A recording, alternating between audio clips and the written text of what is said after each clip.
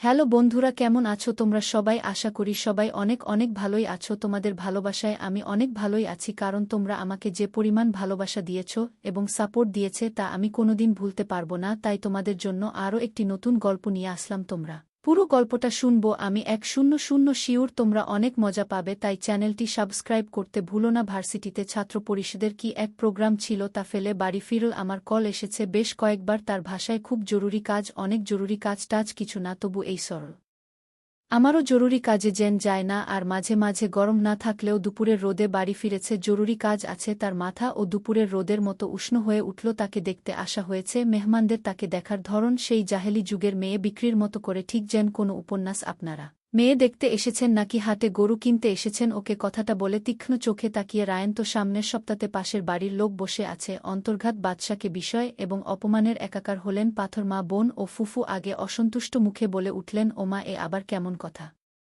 মেয়ে দেখতে এসে মেয়ের পা দেখতে চাও? কি অপরাধ? নাকি অপরাধ নয়, মূর্খতা। কারণ আমি কোরবানির হাটে তোলা কোনো প্রজাতির গবাদি পশু নয় যে সবচেয়ে আকর্ষণীয়, গায়ের রং-ওয়ালা, মাংস বেশি স্পষ্ট দেখে কিনে নিয়ে যাবেন। স্পষ্ট শুদ্ধ ভাষা। অন্তর্মুখী আক্রমণ করলেন। কোনো দেশি কথা যে মেয়েকে ভালোভাবে দেখা যাবে না, আমি কি কোনো দোষ আছে? তাছাড়া কোনো মেয়ে আছে যে পাত্রপক্ষের মুখের উপর এরকম এর মতো কথা বলে? আশ্চর্য! মেয়ে তো দেখছি, দেখতে আসছি।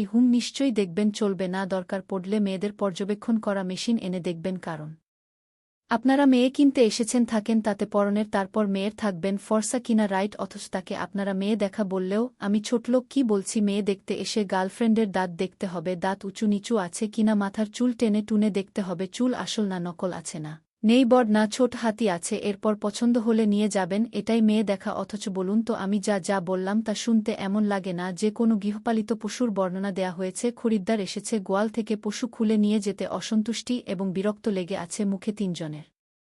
অপমৃত্যু! কিভাবে মেয়ে দেখে তুমি শেখো? কিভাবে মেয়ে দেখে?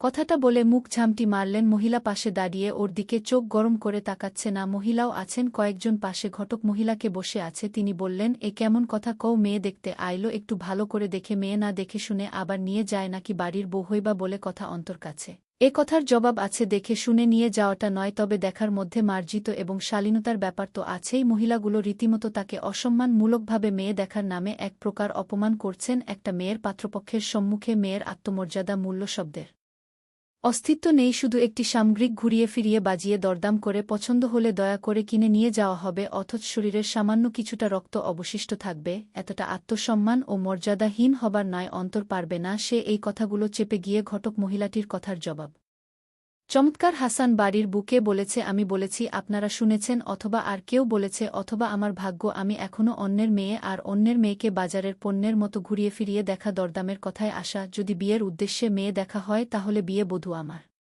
জন্য না, তার উপর দরদামও আবার কিভাবে হবে জানেন? যেখান থেকে মেয়ে নিবে সেখান থেকেই আবার চাহিদামত আঁচড় ভরবে। এই ব্যবসাটা আবার ব্যবসার ভিডিও মানে না, ব্যবসায় মূল্য দিয়ে কিনতে হয়। এখানে যেখান থেকে মেয়ে নামক পণ্য নেবে সেখান থেকে আবার বেশ করা একটা ধান মারা হয়। বেশ লাভজনক ব্যবসা। কাকে ভদ্র ভাষায় যৌতুক অভিহিত করা হয় আপনি বুঝতে পারছেন আন্টি আমার কথা? অন্তধান মণি ও অদ্ভুত সমীকরণ ধারালো আর নমনীয় বিপরীত অবস্থান সংমিশ্রণ। তোর মায়ের দিকে তাকিয়ে বার করে তার ছেলে মুখ বিকৃত করলেন। আপনি মেয়েকে যতই শিক্ষিত করেন, আদর্শ শিক্ষা দিতে পারেন নাই, এরকম মেয়ে কার ঘরে যাবে? আল্লাহ মাবুদ জানে আপনার কপালে কি আছে। এই মেয়ে নিয়ে আল্লাহই জানে। অন্তত কোনো ভদ্র পরিবারের যাবে না। অন্ত কেমন করে যেন হেসে উঠল। আপনি ভদ্রতা এবং আদর্শের কথা বলবেন না, সব দুটো কষ্ট পাবে খুব। পরের মেয়েকে দেখতে এসে পান চিবোতে চিবোতে তাকে ম্যানিকুইনের মতন ঘুরিয়ে ফিরিয়ে দেখাটা কোথাকার আদর্শ যেন? আমি সুপারমার্কেটের দোকানে পোশাক পরিয়ে সাজিয়ে রাখা সেই পুতুলটা। আপনি এসেছেন পোশাকের সি তুতুল মডেলটিকে দেখতে, পছন্দ হলে কিনবেন অথবা অন্য দোকানে দেখবেন। মাথা তুলে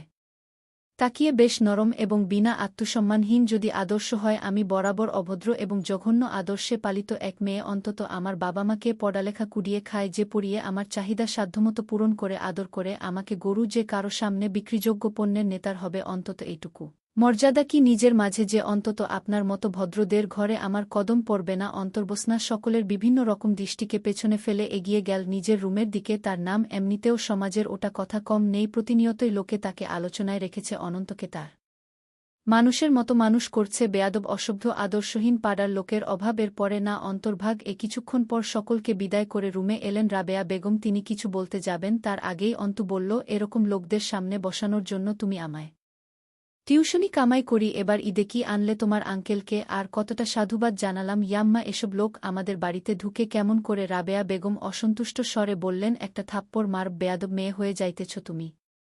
বেশি লাইক দিয়ে ফেলতেছি নাকি আমি? আর কয়টা পাত্র সামনে আমার মান করবি তুই? মা হিসেবে তোকে পার করতে চাওয়ার কোনো হক নেই। আমার পাড়ার লোকে একের পর কথা বলতে ছাড়তেছে না, প্রতিদিন শুনতেছি তুই পরিস্থিতি বুঝবি কোনোদিন। বেকায়দা রয়েছে আমার পেটে আম্মা, তোমার তো সব সময় আমার উপর অভিযোগ ধরে নিয়ে আস। এসব মূর্খ ছোট মানসিকতার লোকদের তোমার কি ধারণা? যার তার গলায় ঝুলে পড়ব আমি? অসহায় মানুষগুলো বোধহয় তোমার মতোই হয়, তোর বিবেক কাজে লাগে, তা লাগালেই তো মিটেই যেত সব। এই দিয়ে কতগুলোর সাথে এমন হইল, পাড়ার লোকে খুব ভালো করে দেয় তাই না? ভার্সিটিতে পড়া চিতা নিয়ে কত কথা শুনলাম, এখন বিয়ে করার চিন্তা নিয়ে লোকে কানাঘুষা শুরু করছে। এই যে এসব আচরণ করে লোকের কানে যায় না? শাড়িগুলো খুলে ড্রেসিং টেবিলের রেখে বল, খুব যুক্তির কথা বলেছ, আঁচল নামিয়ে তাদের সাথে মুখের রং মিলিয়ে দেখাতে হবে, এরপর সেখানে বিয়ে করে চলে গিয়ে পাড়ার লোকের মুখ বন্ধ করতে হবে। You exactly. আচ্ছা বিয়েটা কার? আমার না, পাড়ার লোকে। আমায় বোঝাও, পাড়ার লোকের কাছে বিক্রি করে দাও, এমনিতেই ও তো ভার্সিটিতে পড়ি, অর্থাৎ বিকৃত হয়ে গেছি। শেষের দিকে কঠিন হল অন্তর, কণ্ঠস্বর চেঁচিয়ে উঠল সে। রাবেয়া বেগম বললেন, তুই এত অবুঝ কেন? মেয়ে মানুষের এত মুখরা হতে নেই, সমাজে কথা হয় এখন বিয়ে যদি নাও, যদি করিস পরে করবি তো তখন যখন লোকেটোর ব্যাপারে শুনতে আসবে আশেপাশে কি বলবে লোকে? মেয়ে মানুষের ঠান্ডা মেজাজের নরম হতে হয়? এত কথা, এত যুক্তি, এত প্রতিবাদ, এসব কি পড়ালেখা থেকে আসতেছে? আমি কি এত দূরে পড়ায় ভুল করছি?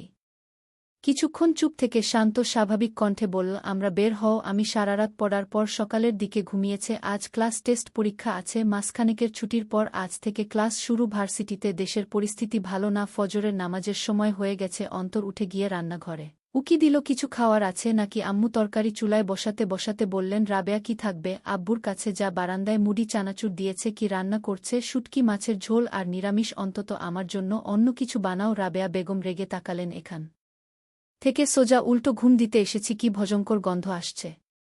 সংকোচের প্রতি আলাদা করে চিহ্নিত এক্সট্রা করে আছে। দরজার সামনে দাঁড়িয়ে থাকা কালীন রুমের মধ্যে হতে গম্ভীর কণ্ঠে ভেসে আসে বাতাসের মাধ্যমে, তা আইন অধিকার কানে এসে প্রতিফলিত হয়। বাহিরে দাঁড়িয়ে না থেকে ভেতরে আসো। একটু শিউরে উঠল যেন আয়নটিকা, কণ্ঠস্বরটা একটু অন্যরকম হলেও এক ধরনের মাধুর্যপূর্ণ ভাব জড়িয়ে আছে এতে। তার শুকনো গলা তাকে ভেজানোর উদ্দেশ্যে ঢোক গিলে সামনে পা বাড়ায়। রুমে প্রবেশ করার পর তার চোখ দুটো সর্বপ্রথম যায় নিজের রুমে থাকা সোফার দিকে, সেখানে অহর্নিশ বসে পায়ের উপর পা তুলে। অহর্নিশের দৃষ্টিতে তার দিকে চোখ দুটো কিছু মুহূর্তের জন্য রূপে রূপান্তর হল আজকের, মাঝে মাঝে হালকা হালক সংকোচের প্রতি আলাদা করে চিহ্নিত এক্সট্রা করে আছে। দরজার সামনে দাঁড়িয়ে থাকা কালীন রুমের মধ্যে হতে গম্ভীর কণ্ঠে ভেসে আসে বাতাসের মাধ্যমে, তা আইন অধিকার কানে এসে প্রতিফলিত হয়। বাহিরে দাঁড়িয়ে না থেকে ভেতরে আসো। একটু শিউরে উঠল যেন আয়নটিকা, কণ্ঠস্বরটা একটু অন্যরকম হলেও এক ধরনের মাধুর্যপূর্ণ ভাব জড়িয়ে আছে এতে। তার শুকনো গলা তাকে ভেজানোর উদ্দেশ্যে ঢোক গিলে সামনে পা বাড়ায়। রুমে প্রবেশ করার পর তার চোখ দুটো সর্বপ্রথম যায় নিজের রুমে থাকা সোফার দিকে, সেখানে অহর্নিশ বসে। এর দৃষ্টিতে তার দিকে চোখ দুটো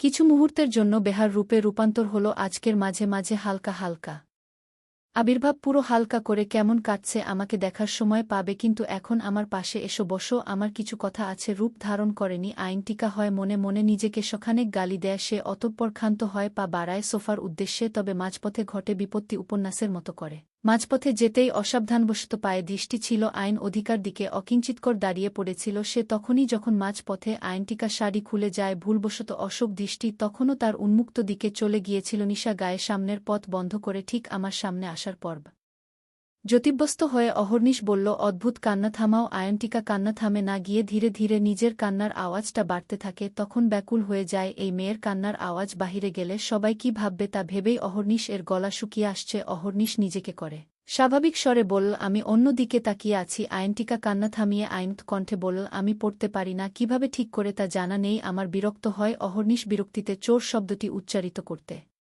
দেখে পাঠাচ্ছি বলে 1 সেকেন্ডও ব্যয় করেন। অহর্নিশ সঙ্গে সঙ্গে বেরিয়ে যায়, তার বিরক্তির সাথে চরমভাবে রাগ লাগছে। শব্দ করে দরজা চাপিয়ে চলেছে। আয়নটিকা কান্না থামিয়েছে মাত্র তখনই অহর্নিশ রুমে আসে। তার মুখটা একটুখানি হয়ে আছে জড়ষ্ট হয়ে থাকা আয়নটিকা নিম্ন কণ্ঠে বলল, কাউকে পাননি? ছোট্ট করে জবাব দিয়ে চুপ হয়ে যায় অহর্নিশ। কিছু ভেবে সামনে আগায় আইন অধিকারী, তিনি এপিছে চলে যায় দুর্নীতিগ্রস্ত কণ্ঠে। সে বলল, কি ব্যাপার? আমি ঠিক করে দিচ্ছি না, কিছুটা উচ্চস্বরে বললাম। টিকা অহর্নিশ তা শুনে চোখ মুখে ফের একবার বিরক্তিভাবটা টেনে আনে কণ্ঠনালীর শক্ত করে, কঠিন গলায় বল, দেখো আয়নটিকা, আমার টাইম পোস্ট করবে না, আমায় আজ ঢাকায় ফিরতে হবে, এখন কাউকে গিয়ে থেমে যায়, ভিজিয়ে নিয়ে কপালে 2 আঙ্গুল রেখে বলল, আমি বেরিয়ে যাচ্ছি রুম থেকে। খুঁজতে গেলে নিচে যেতে হবে, যা আপাতত আমি চাচ্ছি না। অহর্নিশ কথাগুলো বলে একটি কার দিকে না। গল্পটা কেমন লাগলো জানাতে ভুলবে না। আরও মজার মজার রোমান্টিক গল্প শুনতে চাইলে ভিডিওটি লাইক, শেয়ার এবং চ্যানেলটি সাবস্ক্রাইব করতে এবং বেল আইকনটি ক্লিক করতে ভুলবে না। ধন্যবাদ।